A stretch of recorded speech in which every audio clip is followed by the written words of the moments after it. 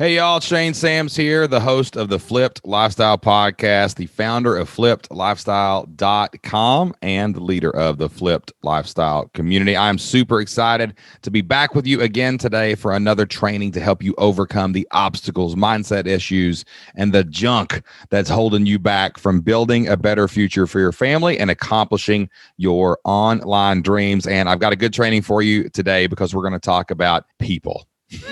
We're going to talk about all the people that hold you back. You know, there's a lot of things that can hold you back. You got to overcome when you're building your own online business, time and money and tech and all these other crazy things. But, you know, it's the human element that gets most of us derailed faster than anything else. You know what I'm talking about? Those trolls out there that are lurking and waiting on the other side of every single Twitter post that you make, right? The doubters in your own life that come in, you know, the people you think are closest to you, but they try to like hold you back a little bit and they doubt your dream and it's not possible, you know, those people.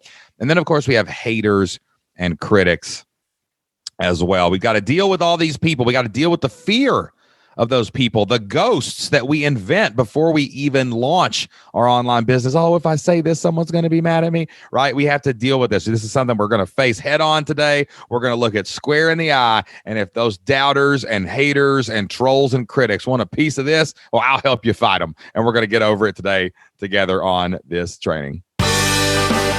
Welcome to the Flip Lifestyle Podcast, where life always comes before work. We're your hosts, Shane and Jocelyn Sams. We're a real family that figured out how to make our entire living online. And now we help other families do the same. Are you ready to flip your life? All right, let's get started.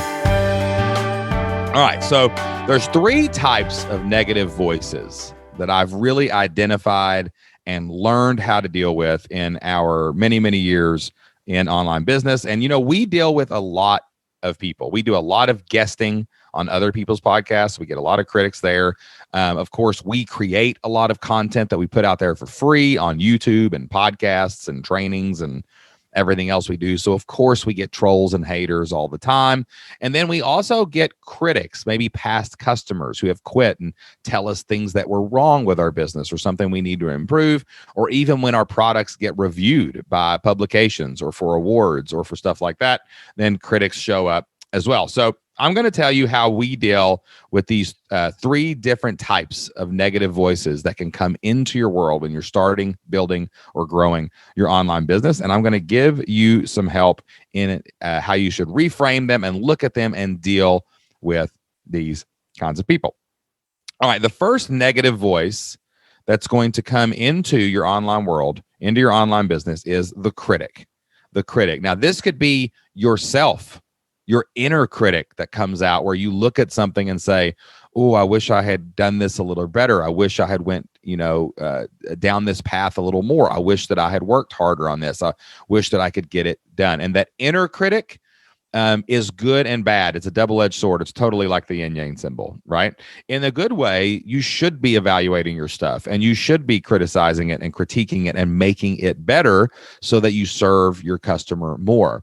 But criticism, inner critic stuff, can turn into perfectionism and it can prevent you from launching. It can turn into procrastination where it prevents you from taking action because you constantly feel like things are not done and they're not worth it, right? So be very careful. When your inner critic comes out, lean into that side that's like improvement and lean away from the side when you feel it being perfectionist. Like, I don't want to launch it. It's not ready. No, it is ready. Launch it. When you feel yourself procrastinating, be like, no, I have to work on this. And don't let your inner critic stop you from actually taking that step forward. It's okay to slow down. It's okay to improve things, but don't let your criticism of yourself hold you back from getting your stuff out there to the world. The other kind of critic is the customer critic or the reviewer critic, someone who comes in and says they don't like something about what you're doing. Right now, our response to critics is often defensiveness. Our response is fight, not flight. We want to go in and say, yes, it is good. Yes, what I love is cool. What I'm doing is awesome. And you just don't have good taste. Like, it's like all these books on the bookshelves now that are like, go F yourself and, focus on you, man. Right? Like, no, we should look at what critics say and we should accept their criticism and we should use it as fire to keep going or as fuel to improve our processes. After I recorded, I think about 15 Membership Masters podcasts. That's my other podcast where I interview leading entrepreneurs and experts, some of the biggest people in the online world, like Pat Flynn and Brooke Castillo and John Lee Dumas and people like that. We talk about how to grow your business, how to grow your membership. And I had someone leave me a really negative review. And what was terrible was it was the first negative review we've ever had. We've had hundreds. I think in America alone, we're getting near 500 reviews for the Flip Lifestyle podcast, dozens of reviews for Membership Master. If you flip around and change it to different countries, we're probably in the 700 or 800, review range. And for our podcasting, and we've never had a really bad review. And this person must have just discovered the Membership Masters podcast because they were trying to find interviews by the person that I was interviewing. And they said, I love this podcast. This discussions are very deep. And they gave me like a 1 or 2, I think it was a 2-star rating. And they said it's master's level stuff that they're talking about here, but the host talks too much. It's infuriating. I want to hear from the guest, not the host. And I was like, okay. Oh, it stung. I mean, this is a critic, but it made me think like, okay, this podcast is different than the Flip Lifestyle podcast. That's where people do want to hear me talk, that they're there for me, right? Because I'm giving advice to members who I'm interviewing on the show. So it's almost like a coaching call. And I said, okay, this person is criticizing me, but it's probably there's some merit here. Like if I'm going to do an interview show, then I need to take this person's advice. I need to talk less, right? And I need to feature the guest more. I'm not here because of ego to make me equal with the guest. I'm not here necessarily to give my 2 cents, which I can still do, but I need to let them talk. I need to give them space. I need to give them air. So I shot a message to Andrew Warner over at Mixergy because I think he's one of the best interviewers on the planet, and he's crushing it. And shot a message over to Michael O'Neill from the Solopreneur area. He's a Solopreneur Hour because he is an amazing interviewer as well. He actually has a course about interviewing. And I just shot some messages out to my podcast friends, and I said, hey, you've been doing interview style shows for years. I have not. How do I get better?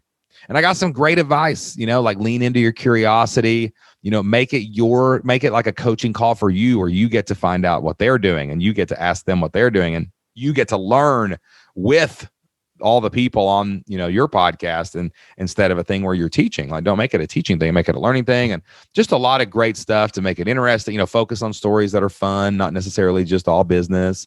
And it made me a better podcast host. It made me a better business owner. And by accepting true criticism, right? Not hate, like you suck, you're ugly, your voice sounds bad, like the stuff like that. Don't accept that that's not criticism. That's hate. We're going to talk about haters in just a second, right? But when you get criticism, embrace it, use it. Ask yourself, is it true? If it is true, what can I do about it to make it better? And use that to move forward and be a better business owner. Or the second group of negative voices that are going to enter into your business are those haters and trolls. Now, haters and trolls are funny. Once you start your online business, when you get haters and trolls, it becomes hilarious. I'm telling you, it's one of the funniest things. Like sometimes we'll just like read one in our team meetings because they're just so stupid. Like they're just bored, useless cowards out there keyboard warrioring, and they just have no feedback, no positive momentum. They hate their life. They got nothing better to do but to troll you. I'm like, did you really waste 30? I had someone one time wrote me a soliloquy. It looked like a poem or something. And it was like this big, long, hate-filled rant of just how bad we sucked and everything. And there was no productivity, no constructive criticism. And I'm like, you spent 30 minutes of your life writing this email when you could have spent 30 minutes of your life building a better future for your family. And I now, on this side of the success equation, where we actually have a business, haters and trolls make me laugh. They're just funny. They're silly. But on the other side, when you're starting and building your business and you haven't launched yet, I totally hear all the time that this is a fear that holds you back. Some people have a membership, have a podcast with 20 episodes, have social media set up, but they will not go live because they know that somebody at some point is going to say something hateful. They're going to troll them, and it's not going to be good. So how do we deal with trolls and haters? The first thing you do is realize you are in the arena and they are in the stands. And we don't need advice when we're down here putting our blood, sweat, and tears, and we're breathing in the dust in the middle of the Coliseum. I don't have time for the peanut gallery in the crowd. When I was a football coach, the weirdest thing happens once you actually step foot on the field. When you're in the locker room, you can hear the crowd. When you're walking from the locker room to the field, you hear people say, "Hey, Coach Sams, hey, so-and-so," or you hear people say, "You guys are terrible. You suck. You're going to get beat." Like, you hear every word of it. But when you make it to the sideline and the game starts and you're in the game, there's kind of a dull roar, but you never hear the crowd. You never hear the stands. You never hear the hate. You never hear anything. You just go into your own little world. So the first thing I would tell you is get in the game, hit launch, get out there, and make sure that you are actually focusing on your business and not focusing on the chirping coming from the peanut gallery, right? Get in the game. Another thing I would say about haters is post and ghost. Like, just post and ghost, man. Like, you don't need to be sitting there and following every comment and every like and everything else, and if you can't handle it, turn your comments off, right? Like, turn it off. You don't have to let them comment on your blog post. It's not going to affect you in any way, right? Great content. People will find it and people will use it. Okay. Social media, post and ghost. Do not read the comments. There's nothing good there, right? There's nothing fun there, right? And if you have to, have someone else, your spouse, your significant other, maybe hire a VA to watch the comments for you and only pass through the good things so that you see the good stuff, but you don't get any of the haters and the trolls, and delete them. You have power. They have no power here. You're in total control of your website and your social media and everything else. Like, they have no power to stop you. They're cowards. They're losers. They have no life, right? So we're not going to listen to cowards and losers who have no life. We're going to create systems that protect us from the negativity, and we're going to post and ghost. We're going to send out great content. We're going to get customers, and we're going to let that go. And the cool thing is, when you have a membership site, you have a paywall. We almost never get negativity in the Flipped Lifestyle community. I think we had kind of a trolly comment at one time. Someone was, but they were more frustrated at themselves, I think, and their progress and their results that they were getting, because they weren't putting in the work, weren't putting in the time, and they turned it back on us. Like, well, if you would just give me more, if I could just have free one-on-one calls with Shane. And I'm like, dude, there's hundreds of people in here. I can't do free one-on-one calls for every single person. Right. And they were mad maybe because they couldn't do that. And it was just really trolly. But, I just told my team, I said, delete them, send them a message. And if they do it again, cancel them. We don't need their money. We don't need their money. We don't want their money. And I'm not going to allow negativity, complaining, and excuse making to ever work into the Flipped Lifestyle community. We are doers. We are doers in the Flipped Lifestyle community. We are not triers. We're not dabblers. We're doers, right? And we don't complain and we don't make excuses. We figure things out and we get results, right? That's the way I want our community to feel. So we just don't allow it. We don't allow it. This is our corner of the universe, our corner of the internet. We are the benevolent dictators in our own domain, and so are you when you start your membership community. You got to take care of your people. You got to take care of your mental health, and you do not have to deal with those people. So post and ghost and delete things that get through, and you will feel a lot better about yourself. And do not ever let a hater or a troll who will never do anything with their life stop you from launching and do something with your life too. Now, the third category of negative voices that can get inside your head and inside of your business when you're starting, building, and growing a business, and this one's maybe the hardest one to deal with, are the doubters. These are the people in your real life. These are your friends, your acquaintances, your family members who maybe doubt what you're doing, right? And it can be really tough. Listen, my wife doubted, Jocelyn doubted this in the beginning, and then she got on board. And then my mom and dad, when I quit my job, oh my gosh, my mom cornered me in her kitchen and put her Southern mama finger right in my nose, 3 inches from it, and said, "Shane Sams, you have lost your dang mind." But she didn't say dang. She said, "You've lost your dang mind. You had a good job. You had insurance. You've got babies to take care of. I cannot believe you have done something so risky and reckless." And but then once she saw that we were okay, and she saw that everything was okay, and that we were making way more money than we ever had made before or ever could have made, and we were, we bought our new house and we had our lake, and all these things that we did, she was like, "Well, I guess that thing kind of worked out, didn't it?" I was like, yes, it did. But when we told our small group at church that we were quitting our jobs, it was 30 seconds of dead silence. Everyone's jaw hit the floor. We were like, "Hey, we're quitting our jobs this week." And I know some of you know that we've been doing some stuff online, but man, if you could just pray for us and, we keep working hard and we keep growing and this thing works out, we'd really appreciate it. Stunned silence, shock. And people all day that day were like, are you sure you want to do this? Boy, that's risky. Boy, that's risky. You sure going to do that? And the people that we love the most don't always understand all the variables in our own life. So there's no way they can see the big picture. So give these doubters in your life some grace. You don't listen to them. Most of them are in their lane on their railroad track, and they don't want to be taken out of that space. And it's uncomfortable for them when they see someone take risks and take chances and go out there and start building a better life. And they really don't know how to process it. There's a great story that someone told me one time of lobsters. And if you put like 4 lobsters in a pail, they could climb out. Like they have the ability to climb out of the pot, right? And you'll even see sometimes one will make it to the top. Maybe it's crabs. I don't know. Crabs or lobsters, something with pinchers and look like spiders, underwater sea spiders, right? But they'll climb to the top of the pot and they'll almost make it out. But then the other lobsters will be like, no, and they'll grab them and pull them back in. And it's because, they'll try to climb to the top and then they pull each other back in, and they don't realize that if they just all work together, they could probably all get out of the pot, right?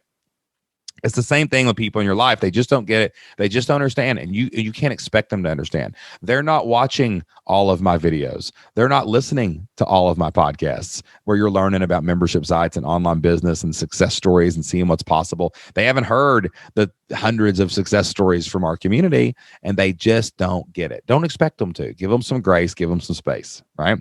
And for doubters, the best thing you can do is to focus on yourself and prove it. Prove it to them. Prove that you can launch a business. You can. Prove that you can create and lead a membership. You can. And when you do it and when they see it, they will start to believe and they will stop doubting. They may never come around to it. They may still think you're a little cuckoo and a little crazy, but that's okay. The doubt will dissipate and they won't try to use their doubt will not fuel unsolicited advice. And then you can get to a really good space with them in stasis and everything is fine. But doubters, we try to jump to conversion first, and that is a mistake. You have to give them grace first and give them space first, and then prove it through the results. And when you do that, you will convert them to your cause, and they will not try to stop you anymore. So listen, the critics are going to be there. It's a fact of life. I wish I could tell you they weren't, but they are. Are you going to let a critic slow you down or make you better? The haters and trolls are coming. It's the internet. It's 2020 or beyond. Guess what? There's haters and trolls everywhere. You cannot be online without getting haters and trolls. If you think you can make the perfect product or the perfect message or the perfect post that will never get hate, you are wrong. You are absolutely, positively 100,000% wrong. And you got to embrace that. Just post stuff and ghost. Don't listen to the haters. Don't listen to the trolls. Use your power to delete them every time they do it, and take great satisfaction in wielding the banhammer like Thor in the Avengers, right? And get rid of them. Do not let haters and trolls stop you. It's a fact of life. They're going to be there. But you know what? People shoplift and we don't close stores. Right? There's ignorant people out there that do stupid things and say stupid things, and we're going to focus on us and not them. And the doubters in your own life, just give them grace first. Do what it takes to succeed.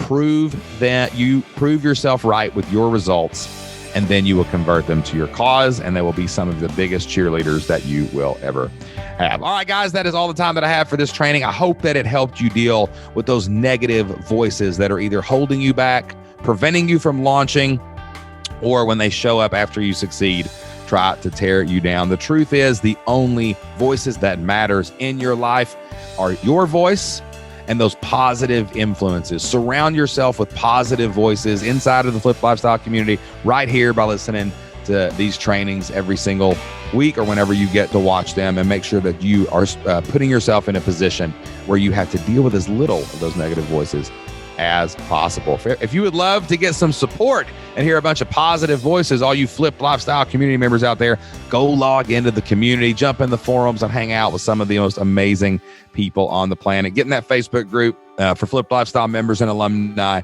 and hang out with us and have fun every day. And make sure you're tuning in to all of our trainings, podcasts, and everything that we offer, watch parties, all that good stuff, for our members here in the Flipped Lifestyle community. And if you're not a member, go to flippedlifestyle.com/free, and you can try out the entire program for free. You can join today. And if you love it, stick around. If you don't, cancel anytime. That's flippedlifestyle.com, FLIPPED, lifestyle.com/free. And until next time, get out there, take actions, ignore the negative voices, and do whatever it takes to flip your life. I will see you then. Bye.